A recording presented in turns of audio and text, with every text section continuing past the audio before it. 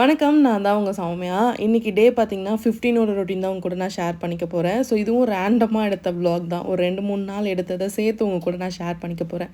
இன்னைக்கு கொஞ்சமா மோட்டிவேஷனும் குடுக்கலான்னு இருக்கேன். பிகாஸ் எனக்கே ரொம்ப டவுனா ஃபீல் பண்றதுனால, இது எனக்குமே சேர்த்து தான். நம்ம லைஃப்பில் வந்து பார்த்திங்கன்னா, அப் அண்ட் டவுன்ஸ் எப்பயுமே இருக்கும் தான். பட் ஆனால் அது எப்பயுமே ஒன்றா ட்ராவல் பண்ண கற்றுக்கோங்க. அது இன்னுமே நல்லா இருக்கும் அப்படின்றதுக்காக தான். ஸோ லைஃப்பில் நிறைய கஷ்டங்கள்லாம் நம்ம ஃபேஸ் பண்ணுவோம். நிறைய டைம் ஹாப்பியாகவும் இருப்போம். ஹாப்பியாக இருக்கிறப்போ ஒன்றா இருக்கிறத விட நம்ம கஷ்டப்படும் போது ஒன்றா இருக்கிறது ரொம்ப ரொம்ப முக்கியம்.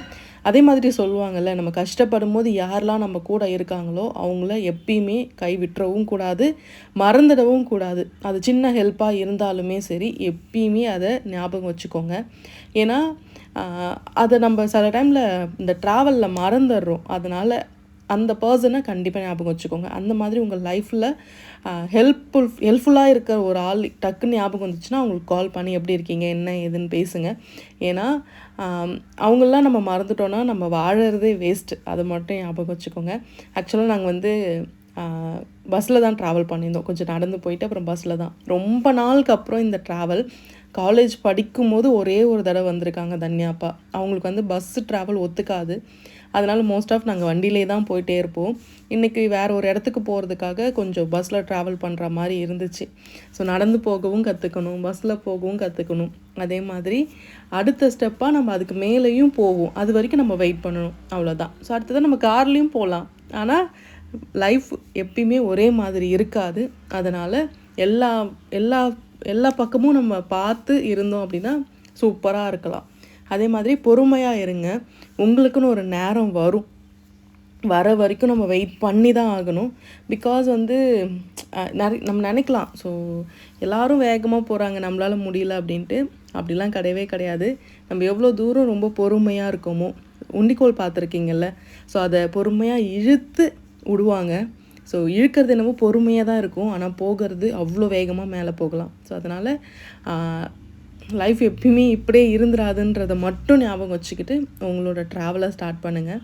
ஸோ ஆக்சுவலாக நாங்கள் வந்து கார் எடுக்க தான் போயிருந்தோம். அதை எடுத்துக்கிட்டு அதுக்கப்புறம் வீட்டுக்கு வந்தாச்சு. அண்ட் வீட்டுக்கு வந்துட்டு அதுக்கப்புறம் நான் சாப்பிட்டுட்டு அதுக்கப்புறம் ஈவினிங் போல் வந்து ஒரு ட்ரெஸ் எடுக்கலான்னு போயிருந்தேன். அம்மாவுக்கு பர்த்டே வருது, அதனால் அவங்களுக்கு ஒரு சாரீ எடுத்துக்கிட்டு அப்படியே கொஞ்சம் வீட்டில் போடுறதுக்கு குர்த்திஸ் அங்கே நல்லா இருந்துச்சு. ஸோ கொஞ்சம் ஃப்ரீயாக காத்தோட்டமாக இருந்தால் நல்லாயிருக்கும் அப்படின்னு சொல்லிட்டு காட்டனில் தான் எடுத்திருந்தேன். இந்த கடை பார்த்திங்கன்னா சந்திராஸ் செட்டி ஸ்ட்ரீட்டில் இருக்குது. நான் சாரீனா இங்கே தான் எடுப்பேன். பிகாஸ் வந்து இந்த மாதிரி டிசைன் வேறு யார்கிட்டையும் இருக்காது. அதே மாதிரி இங்கே வர்றது எல்லாமே யூனிக்கான பீஸாஸாக தான் இருக்கும். அதில் 1, 2 தான் இருக்கும். ஸோ அந்த மாதிரி கலெக்ஷன்ஸ் வேணும்னா நீங்கள் இங்கே கண்டிப்பாக ட்ரை பண்ணலாம். இங்கே வந்து ஆஃபீஸ் போகிறவங்க, காலேஜுக்கு போகிறவங்க அண்ட் அவங்களுக்குலாம் சாரீஸ் எல்லாமே சூப்பராக இருக்கும். என்னோடய கல்யாண நாள், பிறந்த நாள் எல்லாத்துக்குமே இங்கே தான் எடுப்பேன். அம்மாவுக்கு கூட ஏதாவது அக்கேஷ்னலாக எடுக்கிறேன்னா இங்கே தான் எடுப்பேன். அண்ட் சூப்பராக இருக்கும் கலெக்ஷன்லாம். நான் போனதும் ஃபஸ்ட்டு பார்த்த புடவை அதுதான். அதையே வந்து செலக்ட் பண்ணிக்கிட்டேன். கலெக்ஷன்ஸ் எல்லாமே சூப்பராக இருக்கும். அதாவது இப்போ நான் காட்டுறது வந்து நீங்கள் திருப்பி இந்த கடையில் வந்து கேட்டிங்கன்னா இருக்காது. அதுதான் இந்த கடையோட ஸ்பெஷலே. கலெக்ஷன்ஸ் வந்து திரும்ப திரும்ப வந்துகிட்டே இருக்கும். எனக்கு ரொம்ப ஃபேவரட்டான ஷாப். சாரின்னு சொன்னோடனே டக்குன்னு இங்கே தான் போய் பார்ப்பேன். இங்கே செட் ஆகலைன்னா தான் வேறு எங்கேயாச்சும் போய் பார்ப்பேன். சப்போஸ் நீங்கள் பாண்டிச்சேரி கிட்ட இருக்கீங்க அப்படின்னா கண்டிப்பாக இந்த சந்திராஸ் ஸோ செட்டி ஸ்ட்ரீட்டில் இருக்குது. சூப்பராக இருக்கும். கண்டிப்பாக ட்ரை பண்ணி பாருங்கள். ஸோ சுடிதார்ஸ் இருக்குது அண்ட் எல்லாமே இருக்கும். நீங்கள் ட்ரை பண்ணி பாருங்கள். ஆனால் அன்றைக்கான ஷாப்பிங் முடிச்சுட்டு அதுக்கப்புறம் வீட்டுக்கு வந்துட்டேன். வீட்டுக்கு வந்து நைட்டு எல்லாத்தையும் க்ளீன் பண்ணி வச்சுட்டேன். நெக்ஸ்ட் டே பார்த்திங்கன்னா ஃப்ரைடே. அதனால் அடுப்பை தான் க்ளீன் பண்ண போகிறேன். ஏன்னா இந்த அடுப்பை எப்படி க்ளீன் பண்ணுறீங்கன்றதை வந்து கேட்டிருந்தாங்க. இது வந்து கிளாஸ், மேலே இருக்கிறது கிளாஸ். அதனால் ரொம்ப ரஃப்பாக எந்த ஒரு ஸ்பான்ச்லாம் போட்டு நம்ம தேய்க்கக்கூடாது. பொறுமையாக தேய்ச்சாலே போதும். இன்னொரு டிப்ஸ் கொடுக்குறேன். அடுப்பு அழுக்காகுதுன்னா அப்போவே ஒரு கிளாத் வச்சு தொடச்சிருங்க. அப்படி தொடச்சிட்டிங்கன்னா இன்னுமே பெட்டர். நான் அடுப்பை வாஷ் பண்ணுறதுக்கு இந்த ஸ்பாஞ்சும் கொஞ்சமாக லிக்விடு தான் எடுத்துக்கிறேன். சப்போஸ் சோப் போட்டிங்க அப்படின்னா தொடச்சதுக்கப்புறம் அங்கங்கே வெள்ளையாக அந்த சோப் வந்து அங்கங்கே தெரியும். ஸோ அதனால் நான் லிக்விட் யூஸ் பண்ணுவேன். லிக்விட் அந்த ஸ்பாஞ்சில் வச்சுட்டு தண்ணியில் வச்சு நல்லா கசக்கிட்டு அந்த நுரை வந்ததுக்கப்புறமா அதை வச்சு பொறுமையாக தேய்ச்சிட்டே இருப்பேன். இந்த சில்வர்லாம் இருக்குல்ல, அந்த இடத்துல மட்டும் நீங்கள் ஸ்டீல் பஞ்சு வச்சு யூஸ் பண்ணிக்கலாம். சப்போஸ் ஏதாவது எண்ணெய், பால் ஏதாவது ஊற்றிருந்ததுன்னா. என்கிட்ட இருக்க குட் ஹேபிட்டுன்னு பார்த்தீங்க அப்படின்னா அது ஊற்றுச்சுன்னா உடனே தொடச்சிருவேன். அது வந்து உடனே துடைச்சிட்டோன்னா அப்போவே அது க்ளீன் ஆகிடும். அதே மாதிரி எவ்ரிடே நைட்டு படுக்க போகிறதுக்கு முன்னாடி இந்த அடுப்பில் இருக்க ஸ்டாண்ட் எல்லாத்தையுமே எடுத்துகிட்டு ஒரு கிளாத் வச்சு துடைச்சிட்டு அதுக்கப்புறம் வச்சுடுவேன். அதனால் க்ளீனாகவே இருக்கும். அண்ட் ஃப்ரைடே அதாவது தேர்ஸ்டே நைட்டு துடைச்சிப்பேன். அதே மாதிரி மண்டே நைட்டு துடைச்சிப்பேன். இந்த அதாவது படைக்க போகிறோன்னா அன்னைக்கு முன்னாடி நாள் எல்லாத்தையும் ஃபுல்லாக க்ளீன் பண்ணிவிடுவேன். அண்ட் அதுக்கு நடுவில் வந்து பாப்பா வந்து ஹோம்ஒர்க் பண்ணிகிட்டு இருந்தா. சரின்ட்டு அவளையும் பார்த்துக்கிட்டு அப்படியே இது ஃபுல்லாக துடைச்சிட்டேன். இங்கே கீழே இருக்க அந்த பேப்பர் எல்லாத்தையுமே எடுத்துகிட்டு அந்த இடம் ஃபுல்லாக ட்ரை ஆனதுக்கு அப்புறமா நான் திருப்பி அந்த பேப்பர் எல்லாமே போட்டு செட் பண்ணிப்பேன். இதுதான் நான் வந்து அடுப்பு துடைக்கிறது. வேறு எதுவுமே யூஸ் பண்ண மாட்டேன். அது வந்து ஒரு 2-3 தடவை நம்ம தண்ணியில் அலசி துடைக்கிற மாதிரி இருக்கும். அந்த சோப்பு நுரெல்லாம் போகிற வரைக்கும் ஒரு நல்ல ஸ்பாஞ்ச் வச்சு துடைங்க. துணி வச்சு துடைக்கக்கூடாது. துணியை ஈரமாக்கிட்டு துடைக்கக்கூடாது. அந்த கிளாஸ் வந்து ஒரு மாதிரி பிசு பிசுன்னே தெரிஞ்சிட்டே இருக்கும். ஸோ ஸ்பாஞ்ச் மாதிரி ஏதாவது ஒரு கிளாத் வாங்கி வச்சுக்கோங்க. ஸோ நான் அப்படி தான் ஒரே ஒரு கிளாத்து யூஸ் பண்ணுறேன். அது வந்து உண்மையாகவே நல்லாயிருக்கும். அண்ட் இது இப்படி தான் என்னோடய அடுப்பை நான் க்ளீன் பண்ணுறது பார்த்திங்கன்னா இப்படி தான். அண்ட் இதை க்ளீன் பண்ணி முடிச்சுட்டு எல்லா பேப்பரும் போட்டுட்டோம் அப்படின்னா அடுப்பு செம க்ளீன் ஆகிடும். அண்ட் இதுதான் வந்து நைட்டு ரொட்டீன் பார்த்திங்கன்னா இந்த வேலை எல்லாமே முடிச்சிருவேன். ஃப்ரைடேனா முன்னாடி நாள் இது எல்லாத்தையும் பண்ணிட்டீங்கன்னா உண்மையாகவே மறுநாள் உங்களுக்கு ரொம்ப ரொம்ப ரொம்ப சிம்பிளாக இருக்கும். அண்ட் ஈஸியாக உங்களோட வேலை எல்லாமே முடிஞ்சிடும். அண்ட் முடிஞ்ச அளவுக்கு நைட்டே எல்லாத்தையும் க்ளீன் பண்ணி வைக்கிறது பெட்டர். அண்ட் அவளுக்கு வந்து ஹோம்ஒர்க்கு எழுத சொல்லியிருந்தேன், ஏபிசிடி அதெல்லாம். ஸோ லீவில் இருக்கிறதுனால மறந்துட போகிறான்றதுனால அது கொஞ்சம் பார்த்துட்டு இருந்தேன். அண்ட் அதை முடிச்சுட்டு அதுக்கப்புறம் வந்து மறுநாளுக்கு ப்ரிப்ரேஷனாக என்னெல்லாம் பண்ணலாம் அப்படின்னு யோசிச்சப்போ மூங் தால் இட்லி பண்ணலாம். ஸோ அது உண்மையாகவே சூப்பராக இருக்கும்.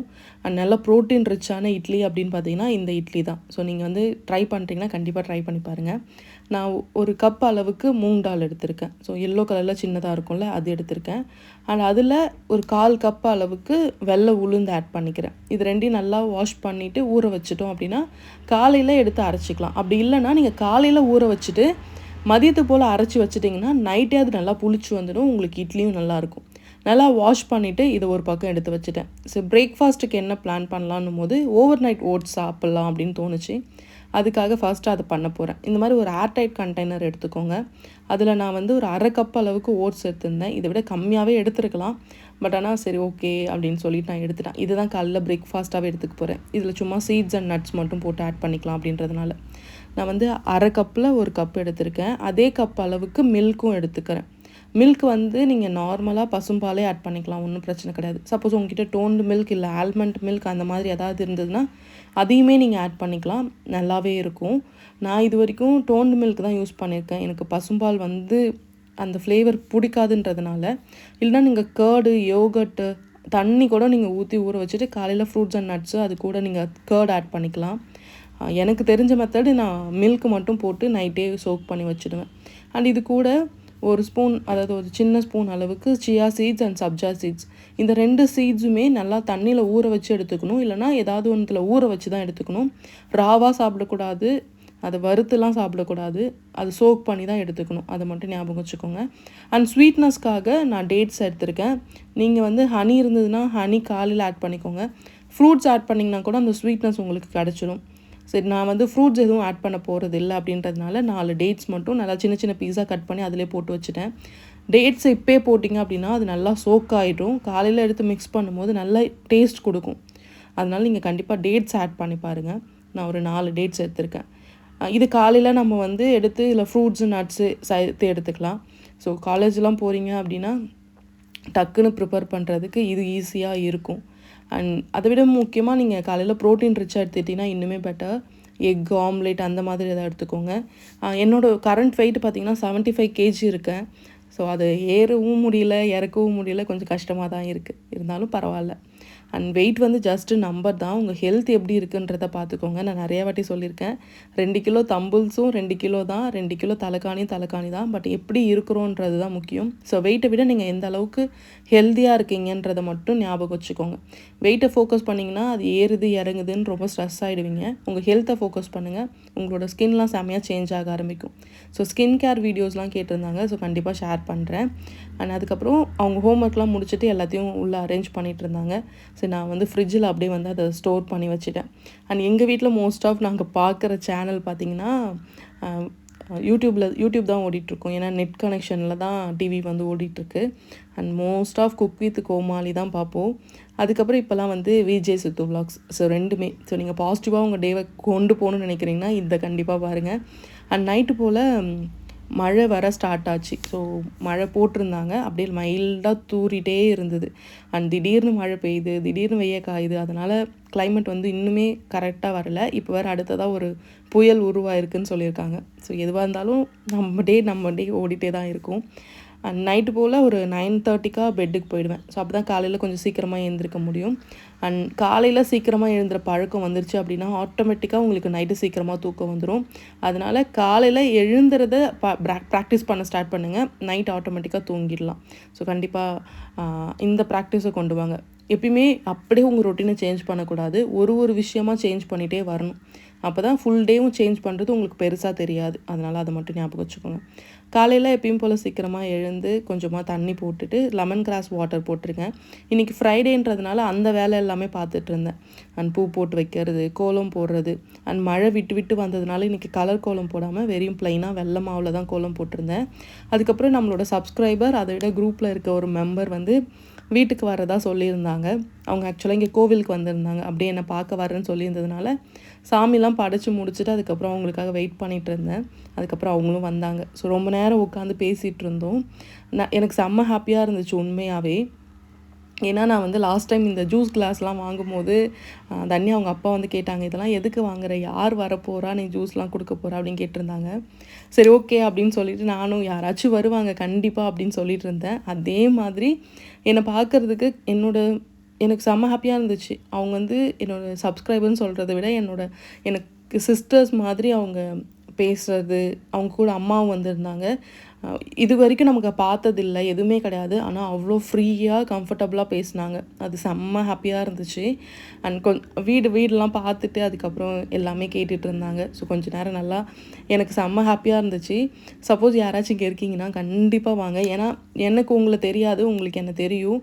எந்த ஒரு ஈகோ இல்லாமல், இவங்களாம் யார், எதுக்கு நம்ம பேசணும், அந்த மாதிரிலாம் எதுவுமே இல்லாமல் ஸோ வீடு தேடி வந்து பாப்பாவுக்கு ஸ்நாக்ஸ்லாம் வாங்கிட்டு வந்து கொடுத்துருந்தாங்க. எனக்கு செம்ம ஹாப்பியாக இருந்துச்சு. அவங்களுக்கு இந்த இடத்துல நான் தேங்க்யூ சொல்லிக்கிறேன். அதுக்கப்புறம் அவங்க பொண்ணு, அதுக்கப்புறம் பையன் எல்லாருமே வந்திருந்தாங்க. அவங்க எல்லாருமே அப்புறம் கோவிலுக்கு அங்கே போயிட்டு அப்புறம் பஸ் போகிறேன்னு சொல்லியிருந்தாங்க. சரின்ட்டு அங்கே கொஞ்சம் நேரம் நின்று பார்த்துட்டு அதுக்கப்புறம் நான் வீட்டுக்கு வந்துட்டேன். அன்றைக்கி டே வந்து எனக்கு செம்ம ஹாப்பியாக இருந்துச்சு. அண்ட் அது ஒரு மாதிரி ஃபீல், அது சொல்ல தெரியல எனக்கு, அவ்வளோதான். அண்ட் அவங்க போனதுக்கப்புறமா நைட்டு நம்ம ஊற வச்ச இந்த மாவு மட்டும் அரைச்சி வச்சிடலான்னு சொல்லிட்டு அதை பார்த்துட்டு இருந்தேன். அதுக்கப்புறம் அந்த டே அன்றைக்கி அப்படியே மைல்டாக அப்படியே ஸ்மூத்தாகவே போயிடுச்சு. இந்த விலாக் கண்டிப்பாக உங்களுக்கு பிடிச்சிருக்கும்னு நினைக்கிறேன். ஸோ இதில் இட்லிலாம் அடுத்த விலாகில் நான் கண்டிப்பாக ஷேர் பண்ணுறேன். அண்ட் தென் ஸோ சேஃபாக இருங்க, ஹாப்பியாக இருங்க. உங்களுக்கு பிடிச்ச விஷயங்கள் எதாக இருந்தாலும் உங்களுக்காக செய்ய ஸ்டார்ட் பண்ணுங்கள். உங்களுக்காக டைம் ஸ்பெண்ட் பண்ணுங்கள். நான் திரும்ப சொல்கிறது தான், நீங்கள் ஹாப்பியாக இருந்தால் தான் உங்களை சுற்றி இருக்க எல்லாருமே ஹாப்பியாக இருப்பாங்க. ஸோ அதனால் உங்களை ஹாப்பியாக வச்சுக்கோங்க. உங்களுக்காக ஒரு நாளைக்கு 1 மணி நேரம் டைம் ஸ்பெண்ட் பண்ணுறதுல ஒரு தப்பும் கிடையாது. கண்டிப்பாக அந்த 1 மணி நேரத்தை எடுத்துக்கோங்க. மாவு நல்லா மிக்சியில் போட்டு அரைச்சி எடுத்துக்கிட்டேன். நல்லா நைஸாக வந்ததுக்கப்புறமா உப்பு போட்டு மிக்ஸ் பண்ணி வெளியே வச்சுட்டோன்னா அது புளிச்சிடும். அதுக்கப்புறமா எடுத்து நீங்கள் ஃப்ரிட்ஜில் ஸ்டோர் பண்ணி வச்சுட்டு அதுக்கப்புறம் இதில் நீங்கள் இட்லி ஊற்றிக்கலாம். இட்லி நல்லா சாஃப்டாக சூப்பராக வரும். அதை நெக்ஸ்ட் vlogல ஷேர் பண்ணுறேன். And then take care and சேஃபாக இருங்க. ஒரு லைக், ஷேர் அண்ட் சப்ஸ்கிரைப் பண்ணி வச்சுக்கோங்க. அப்போ தான் நான் போடுற வீடியோ உங்களுக்கு வந்துகிட்டே இருக்கும். அண்ட் தென் ஸோ நாளைக்கு வேறு ஒரு வீடியோவில் பார்க்கலாம். Thank you so much. பாய்.